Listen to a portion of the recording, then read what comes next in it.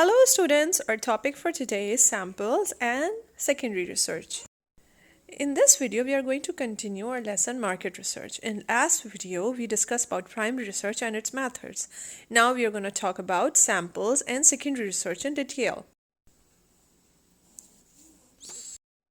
So before we start random sample, we should know what is a sample. In research, word sample is used for the people on which the research is done. So first type is random sample, in which randomly you are going to select the people and then you are going to conduct the research on them. There are some advantages and disadvantages for this method. The advantage for this method is that everybody getting the chance to answer your questions and you can investigate them and you will be getting the non-biased results.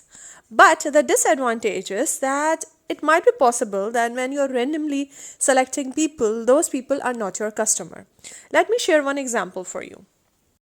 Let's say your product is a brand of chocolate and you want to get the feedback on the flavor of the chocolate. You made a questionnaire to research and email it to randomly to anyone. So as is done randomly, not everyone who's getting this questionnaire is your customer. Now we'll talk about another type of sample and it is called quota sample.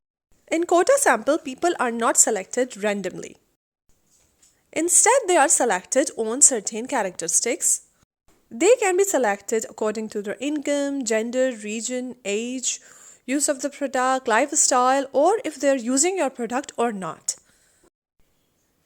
Now for this method also we have some advantages and disadvantages. Advantages of this method are everyone views are from specific group. It means that when you are selecting, the information that you are getting is very much relevant because you are not asking randomly to anyone. So information is more accurate than the random. But the disadvantage is that it is not very convenient. For example, if you are emailing a questionnaire, you cannot be so sure or it's not possible for you all the time to find out who is your customer and then make sure and then send the questionnaire. Now we'll talk about secondary research. There are two types of secondary research, internal secondary research and external secondary research. As you all know, secondary research means that you are not doing the research from the scratch. Instead, you are getting the results that are already done from before. So when we talk about the internal secondary research, it means we are talking about the research that is already done internally. It means by the company itself in past. So if you are researching from some reason, you are going to get past records from the sales department. Maybe their sales record, their pricing information, maybe some customer information that is there, or maybe different kind of opinions that you had in the company that were stored previously. Or you can get the information from the finance department or the customer service department. So it means that internally you will try to get the information from the different departments, from the people in the organization, and check all the past records.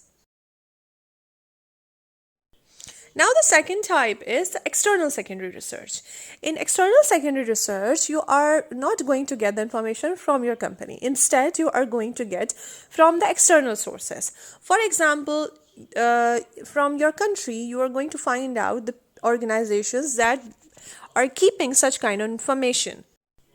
So every country have different associations that keep different kind of records. So the common ones are maybe the trade and employers associations, specialist journals, research reports, newspapers, government reports and stats, media reports, market research agencies. So it completely depends on your country, in which country you are. So you're just going to look for the information. These days, the more practical ones are, you can say the people would ask for the media reports. Okay, they can contact the channels and they will ask for the research reports that the channels did previously. Or the more convenient one is that the companies might research the YouTube videos that were done on this purpose. In past, people used to go to libraries to get the research reports.